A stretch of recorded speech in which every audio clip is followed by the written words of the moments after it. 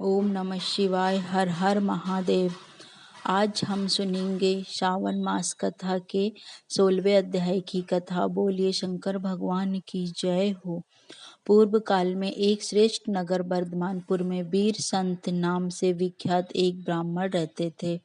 वे ब्राह्मण वेद विद्या में प्रवीण थे। उनकी एक कन्या उत्पन्न हुई जो परमार्थ से बहुत बड़ी थी। वह कुमारी धीरे धीरे युवा अवस्था को प्राप्त हुई, पर किसी भी पुरुष ने उसका वर्णन नहीं किया, क्योंकि जो काम मोहित पुरुष अत्यंत थोड़े केश वाली अत्यंत बड़ी अधिक नाटी कन्या से विवाह करता है, वह 6 महीने के भीतर मृत्यु को प्राप्त हो जाता है, ऐसा शास्त्र कहते हैं। इसी कारण सभी लोग उस कुमारी को बड़ी बताकर त्याग कर देते थे। इससे उस कन्या को बहुत दुख होता था। वैराग्य को प्राप्त होकर उस कुमारी ने तपस्या की। इस प्रकार तप में लगी हुई उस कन्या के समीप राज संपदा उपस्थित हुई। उस समय इंद्र ने उसे प्रत्यक्ष दर्शन देकर कहा, हे सुबह, तुम कन्यावस्था में ऋतु काल को प्राप्त हुई हो, इस कारण सदोष हो गई हो, अतः किसी पति का वरण करो जिससे पवित्रता को प्राप्त होगी। यह सुनकर उस कन्या को बड़ी लज्जा हुई। उसने वर्धमानपुर में जाकर हाथ उठाकर कहा, यदि कोई कुलीन ब्राह्मण मेरा पानी ग्रहण करे तो मेरी आदि तपस्या उसकी हो जाएगी और मैं उसका कल्याण करूंगी। यह सुनकर किसी कोढ़ी ब्राह्मण ने उसे बुलाकर कहा, यदि तुम सदा मेरे कहे के अनुसार चलो तो मैं तुम्हारा पानी ग्रहण करके तुम्हारे साथ विवाह करूंगा। तब वह कुमारी बोली, हे ब्राह्मण, तुम शास्त्रोक्त विधि से मेरा पानी ग्रहण करो, मैं तुम्हारी प्रत्येक आज्ञा का पालन करूंगी। उसके बाद ब्राह्मण ने विधान से देवता अग्निगुरु के समीप जाकर उस कुमारी का पानी ग्रहण किया। विवाह के पश्चात तिर्की का ब्राह्मण पति से बोली, हे नाथ, आज्ञा दीजिए, मैं आपकी क्या सेवा करूं। तब उसके पति ने कहा, सुंदरी, मैं तुम्हारी सहायता से 8 तीर्थों में स्नान करना चाहता हूँ, यदि वह कार्य कर सको तो करो। तब उस पतिव्रता ने बहुत अच्छा कहकर पति की आज्ञा को शिरोधार्य किया और पति के बराबर बाँस की एक मजबूत खाट बनाकर उस पर कोमल रुई से भरा हुआ बिछौना डाल दिया और हाथ जोड़कर कहने लगी, प्राणनाथ, इस पर बैठिए, जिससे आपको अपने मस्तक पर धारण करके शुभ तीर्थों की मैं यात्रा करा सकूं। तब कोढ़ी ब्राह्मण प्रसन्न हो गया, पृथ्वी से धीरे धीरे उठा और बांस के उस खटोले पर बैठ गया। तब वह उसे माथे पर लेकर सब तीर्थों में घूम घूम कर अपने पति को तीर्थ स्नान कराने लगी। समूची पृथ्वी पर घूमती हुई एक दिन संध्या के समय वह हटकेश्वर क्षेत्र में पहुंच गई। उस समय वह बहुत थक गई थी, उसके पैर लड़खड़ा रहे थे। उसी प्रदेश में उस दिन मुनिवर मांडवे को सूली पर चढ़ाया गया। वे अत्यंत दुख सहन करते हुए सूली पर बैठे हुए थे। पतिव्रता पर भार लेकर उसी मार्ग से होकर निकली। उसके धक्के से वह सूल हिल गया और मुनिवर का शरीर विचलित हो गया। इससे उन्हें बड़ी भारी पीड़ा हुई और वे दुखी होकर बोले कि पापी ने मेरे इस सूल को हिला दिया, जिससे मुझ दुखी का दुख और भी बढ़ गया। तब वह दीर्घ का कहने लगी, महामान्य, मैंने आपको देखा नहीं और भूल से आपका स्पर्श हो गया। तब मुनि बोले, निष्ठुर, तुमने मुझे प्राणकाड़ी पीड़ा दी है, इसलिए तुम्हारा अब पति सूर्य की किरणों का स्पर्श होते ही मेरे श्राप से निश्चय ही अपने प्राणों का त्याग कर देगा। तब बहादुर का कहने लगी, यदि प्रातः काल मेरे पति की मृत्यु होगी तो अब प्रातः काल यह सूर्योदय होगा ही नहीं। और ऐसा कहकर दर्ग का धरती पर बैठ गई। बांस के खटोले में बैठे पति को उसने माथे पर से उतार दिया और उस समय उस कोढ़ी ने कहा, हे प्रिय, मुझे प्यास लग रही है, पीने योग्य शीतल जल ले आओ। इतना सुनते ही वह पति की आज्ञा का पालन करने के लिए पानी लाने के लिए इधर उधर घूमने लगी, किंतु अंधकार में उसे कहीं भी जल दिखाई नहीं दिया। तब उसने पृथ्वी पर आघात किया और मुनि के देखते ही देखते निर्मल और स्वादिष्ट जल वहां से प्रकट हो गया। फिर परिश्रम से कष्ट पाते हुए उसने पति को उस जल से स्नान कराया, जल पिलाकर स्वयं भी जल पिया। उस समय उस पतिव्रता के भय से सूर्यदेव उदित ही नहीं हुए। इसे प्रातः काल आने में विलंब हुआ। रात्रि को बहुत बड़ी होते देखकर यज्ञ कर्म करने वाले शांत चित्त ब्राह्मण बहुत दुखी हो गए। देवता यज्ञ भाग से वंचित होकर बड़े कष्ट में पड़ गए और सूर्य नारायण के पास जाकर बोले, हे दिवाकर, हे भास्कर, हे दिनकर, आपका उदय होता क्यों हो देखिए। आपका उदय क्यों नहीं हो रहा देखिए। आपके बिना तो संपूर्ण जगत व्याकुल हो रहा है। तब सूर्यदेव ने कहा, देवताओं, एक पतिव्रता के आदेश ने मेरा उदय रोक रखा है, अतः आप सब लोग उसी के पास जाकर मेरे उदय का अनुरोध करें। उसी की आज्ञा होने पर मैं सुखपूर्वक उदय हो जाऊंगा।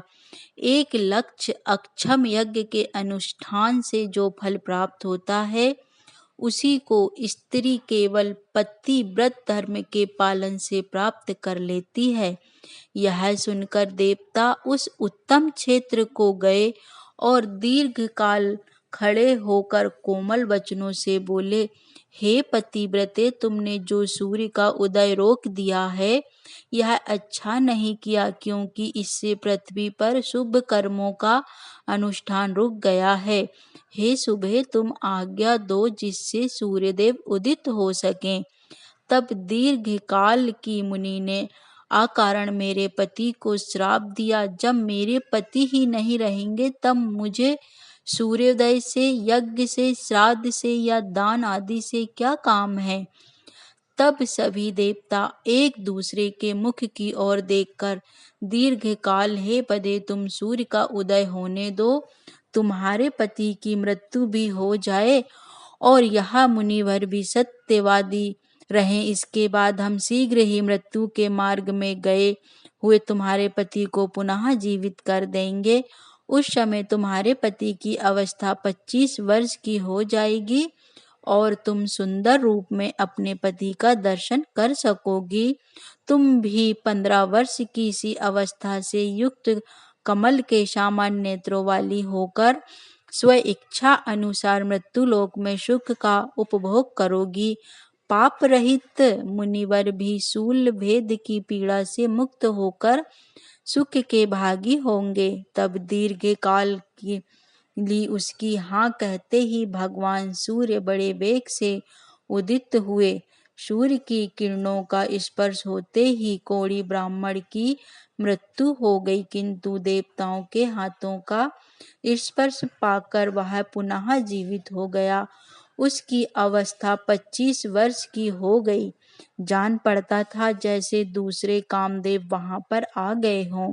उसे अपने पूर्व जन्म की सभी बातों का स्मरण था, अतः नूतन जन्म से उसे बड़ा हर्ष हो रहा था। उधर वह दर्ग का भी भगवान शंकर का स्पर्श पाकर दिव्य लक्षणों से लक्षित युवती हो गई।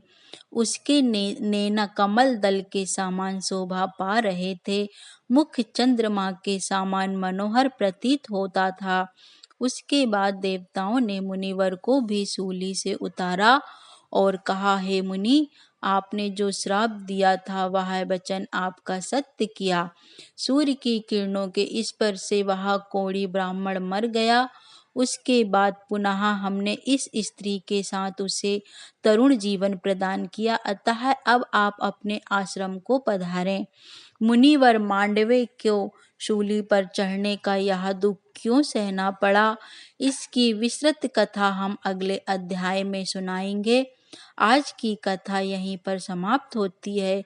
बोलिए शंकर भगवान की जय हो। महादेवी पार्वती की जय हो।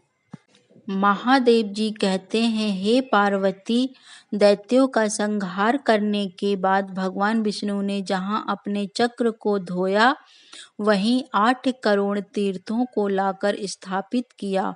उसमें सुदर्शन को शुद्ध करके उन्होंने उस तीर्थ का नाम चक्र तीर्थ रख दिया। चक्र तीर्थ में कुल 8 करोड़ 8,000 तीर्थ हैं। जो भी मनुष्य एकादर्शित होकर वहां स्नान करता है, वह सभी तीर्थों में स्नान का पूरा फल प्राप्त करता है। एकादशी को या विशेषतः चंद्र या सूर्य ग्रहण के अवसर पर वह स्नान करता है, उसे कोटि यज्ञ का फल प्राप्त होता है। पूर्ण कल्प में इसका नाम कोटि तीर्थ था, दूसरे कल्प में श्रीनिधान, तीसरे में तद्ध और चौथे में चक्र तीर्थ के नाम से इसकी प्रसिद्धि हुई। उस वैष्णव क्षेत्र का प्रमाण आधा कोस का बताया जाता है। वह क्षेत्र में ब्रह्म हत्या प्रवेश नहीं कर पाती। चक्र तीर्थ से पूर्व दिशा में महादेवी योगेश्वरी का स्थान है। पूर्व काल में महिषासुर नाम का एक बड़ा भयंकर दैत्य हुआ। वह इच्छा के अनुसार रूप धारण करने वाला था। तीनों लोगों को अपने वश में करके सुख से रहता था। एक समय ब्रह्मा जी ने एक मनोमय कन्या उत्पन्न की। वह पृथ्वी पर प्रीतम सुंदरी थी। उस रूप पति कन्या ने बड़ी गौर तपस्या की। एक दिन देव ऋषि नारद जी ने उस कन्या को देखा तो महिषासुर के पास गए। महिषासुर ने मुनि का बड़ा स्वागत सत्कार किया और कुशल मंगल पूछते हुए कहने लगे, नारद जी, कहिए यहाँ पधारने का क्या कारण है? तब नारद मुनि बोले, महादैत्य जम्बूद्वीप में एक अनुपम सुंदरी कन्या उत्पन्न हुई है। उसके जैसा रूप मैंने स्वर्ग लोक, मृत्यु लोक और पाताल लोक में कहीं भी तो नहीं देखा और ना ही सुना। हे मुनि की बात सुनकर महिषासुर बड़ी सेना के साथ प्रभात क्षेत्र में आ गया, जहां पर कन्या तप कर रही थी। वहां उस असुर ने कहा, तुम मेरी स्त्री हो जाओ, यह तपस्या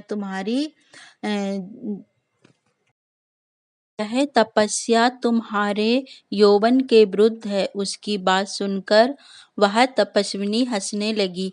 हंसते समय उसके मुख से सहस्त्र भयंकर स्त्रियां हाथों में अस्त्र शस्त्र लिए हुए निकली। उन सब ने महिषासुर की सारी सेना का संहार कर दिया। यह देखकर वह दैत्य कुपित हो गया और अपने तीखे सींग हिलाता हुआ उस देवी के सम्मुख आ गया। उसके साथ बड़ा भारी युद्ध करके अंत में वह माहेश पकड़ा गया। देवी सी पकड़कर उसके ऊपर चढ़ गई और पैरों से दबाकर उसे त्रिशूल से मार दिया।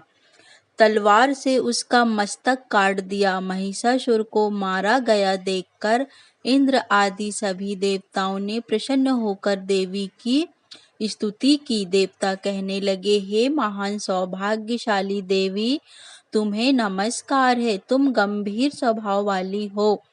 तुम्हारी दृष्टि बड़ी भयंकर है, तो सदा न्याय के पद पर स्थित रहती है, उत्तम सिद्धियों की ही है। हे आधेश्वरी, तुम्हारे 3 नेत्र हैं और तुम सब और मुख है। विद्या और अविद्या तुम्हारे स्वरूप है। तुम ही जया और विजया शक्ति हो, मंत्र स्वरूपा हो, महिषासुर का मर्दन करने वाली। हे देवी, तुम सर्वत्र व्यापक समस्त विद्याओं की स्वामिनी और विश्व रूपा हो। तुम्हें बारंबार नमस्कार है। तुम शोक से परे और ध्रुव स्वरूपा हो, पद्म पत्र के समान विशाल नेत्रों वाली। हे देवी, तुम शुद्ध सत्व गुण में स्थित हो, व्रत परायण हो। तुम ही प्रचंड रूप धारण करने वाली हो। तुम्हें नमस्कार है। हे रिद्धि सिद्धि देने वाली, हे देवी, तुम ही काल मृत्यु कराने वाली हो। धरती तुम्हें विशेष प्रिय है। तुम ही शंकरी, ब्राह्मणी और ब्राह्मी हो। संपूर्ण देवताओं से वंदित हे देवी, तुम्हें मेरा नमस्कार है। तुम्हारे हाथों में घंटा और शूल शोभा पाते हैं। हे देवी, तुम ही महामहिष दानव का मर्दन करने वाली हो। तुम्हारा रूप बड़ा भयंकर है, नेत्र बड़े भयानक हैं। हे महामाई, तुम अमृत स्वरूपा और कल्याणमयी हो। तुम्हें मेरा बारंबार नमस्कार है। हे सर्वत्र व्याप्त रहते हुए भी सब कुछ देने वाली, हे देवी, समस्त सात्विक वस्तुओं का उदय ही से होता है। तुम ही विद्या, पुराण और शिल्प कला की जननी हो। सब भूतों को धारण कराने वाली हो। सभी देव रहस्यों का आश्रय और समस्त सतो गुण प्राणियों को शरण देने वाली हो। हे शुभे, तुम ही विद्या, अविद्या और अप्रिया हो। देवताओं की इस प्रकार स्तुति करने पर देवी ने मुस्कुराते हुए कहा कि वरदान मांगो। तब देवता कहने लगे, हे देवी, जो भी मनुष्य यह स्तोत्र के द्वारा तुम्हारी स्तुति करे, वे पूर्ण काम हो। इस क्षेत्र में तुम सदा निवास करो। एवमस्तु कहकर देवी ने देवताओं और महर्षियों को विदा किया और स्वयं वहीं रहने लगी। जो भी मनुष्य अश्विन शुक्ल नवमी को उपवास करके भक्ति भाव से योगेश्वरी देवी का दर्शन करता है, उसके सभी पाप नष्ट हो जाते हैं। जो भी मनुष्य प्रातः काल उठकर इस स्तोत्र को पढ़ता है, उसे जीवन भर भय का सामना नहीं करना पड़ता। अश्विन शुक्ल अष्टमी यदि मूल नक्षत्र से युक्त हो तो महाअष्टमी मानी जाती है। वह तीनों लोकों में अत्यंत दुर्लभ है। उस समय जगदम्बिका का पूजन करके मनुष्य अपने शत्रुओं पर विजय प्राप्त कर सकता है। बोलिए देवी भगवती योगेश्वरी की जय हो। शंकर भगवान की जय हो। सूत जी कहते हैं, हे ब्राह्मणों, अब मैं आपसे परमात्मा शिव के नागेश नाम के परम उत्तम ज्योतिर्लिंग की कथा कहता हूँ। दारुण नाम से प्रसिद्ध एक राक्षसी थी, जो देवी पार्वती के वरदान से सदा घमंड में भरी रहती। अत्यंत बलवान राक्षस दारुण उसका पति था। उसने बहुत से राक्षसों को साथ लेकर वहां सत्य पुरुष पर संहार मचा रखा था। वह लोगों के यज्ञ और धर्म नाश करता फिरता था। पश्चिम समुद्र के तट पर उसका एक वन था, संपूर्ण समृद्धि हो से भरा रहता था। उस वन का विस्तार सब ओर से 16 योजन का था। दारुण का अपने विलास के लिए जहाँ भी जाती, वहीं भूमि, वृक्ष और अन्य सभी उपकरणों से युक्त वहाँ वन भी चला जाता। देवी पार्वती ने उस वन की देखरेख का भार दारुण को सौंप दिया था। दारुण अपने पति के साथ इच्छा अनुसार उसमें विचरण करती। राक्षस दारुक अपनी पत्नी दारुका को साथ वहीं रहकर सबको भय देता। उससे पीड़ित प्रजा महर्षि और वकी की शरण में गई और उनसे अपना दुख कहा और उनसे शरणागत की रक्षा के लिए राक्षसों को यह श्राप दे दिया कि यह राक्षस यदि पृथ्वी पर प्राणियों की हिंसा या यज्ञों का विध्वंस करेंगे तो उसी समय इनके प्राण का अंत हो जाएगा। देवताओं ने जब यह बात सुनी, तब उन्होंने दुराचारी राक्षसों पर चढ़ाई कर दी। राक्षस घबरा गए। यदि वे लड़ाई में देवताओं को मारते तो मुनि के श्राप से खुद भी मर जाते, और यदि नहीं मारते तो पराजित होकर भूख से मर जाते। उस अवस्था में राक्षसी दारुका ने कहा कि भवानी के वरदान से मैं इस सारे वन को जहाँ चाहे वहाँ ले जा सकती हूँ। और ऐसा कहकर वह समस्त वन को ज्यों का त्यों लेकर समुद्र में जा बसी। राक्षस लोग पृथ्वी पर जल में निर्भय रहने लगे और वहां के प्राणियों को पीड़ा देने लगे। एक समय बहुत सी नावें उधर से आ निकली जो मनुष्यों से भरी हुई थी। राक्षसों ने उनमें बैठे हुए लोगों को पकड़ लिया। बेड़ियों से बांध कर कारागार में डाल दिया। उन्हें बारंबार धमकियां देने लगे। उनमें सुप्रिय सुलेखा सरदार था। वह बड़ा ही सदाचारी, भस्म रुद्राक्षधारी और भगवान शिव का परम भक्त था। सुप्रिय नंद की पूजा किए बिना भोजन नहीं करता था। वह स्वयं तो शंकर जी की पूजन करता था। बहुत से अपने साथियों को भी उसने भगवान शिव की पूजा के बारे में बताया था। फिर सभी लोग नमः शिवाय मंत्र का जप और शंकर जी का ध्यान करने लगे। सुप्रियनंद राक्षस को जब इस बात का पता लगा, तब उसने आकर सुप्रियत राक्षस सुप्रियनंद भय से कातर हो गए। वह बड़े प्रेम से भगवान शिव का चिंतन और उनके नामों का जप करने लगा। वैश्यपति ने कहा, हे देवेश्वर शंकर, आप मेरी रक्षा करें। कल्याणकारी त्रिलोकीनाथ है दुष्ट हंता भक्त वत्सल शिव, हमें इस दुष्ट ने पकड़ लिया है, हमें बचाएं। हे देव, आप तो मेरे सर्वस्व हैं। हे प्रभु, मैं आपका हूँ, आपके अधीन हूँ और आप ही सदा मेरे जीवन और प्राण हैं। सूत जी कहते हैं, हे सुप्रिया के इस प्रकार प्रार्थना करने पर भगवान शंकर एक विवर से निकल पड़े। उनके साथ ही 4 दरवाजे का एक उत्तम मंदिर भी प्रकट हो गया। उसके मध्य भाग में अद्भुत ज्योतिर्मय शिवलिंग प्रकाशित हो रहा था। उसके साथ शिव परिवार के सभी लोग विद्वान थे। सुप्रियनंद ने प्रसन्न होकर स्वयं पशुपात शास्त्र लेकर प्रधान प्रधान राक्षसों, उनके सारे उपकरणों और सेवकों को तत्काल ही नष्ट कर दिया। उन दुष्ट हंता शंकर जी ने अपने प्रिय भक्त की रक्षा की।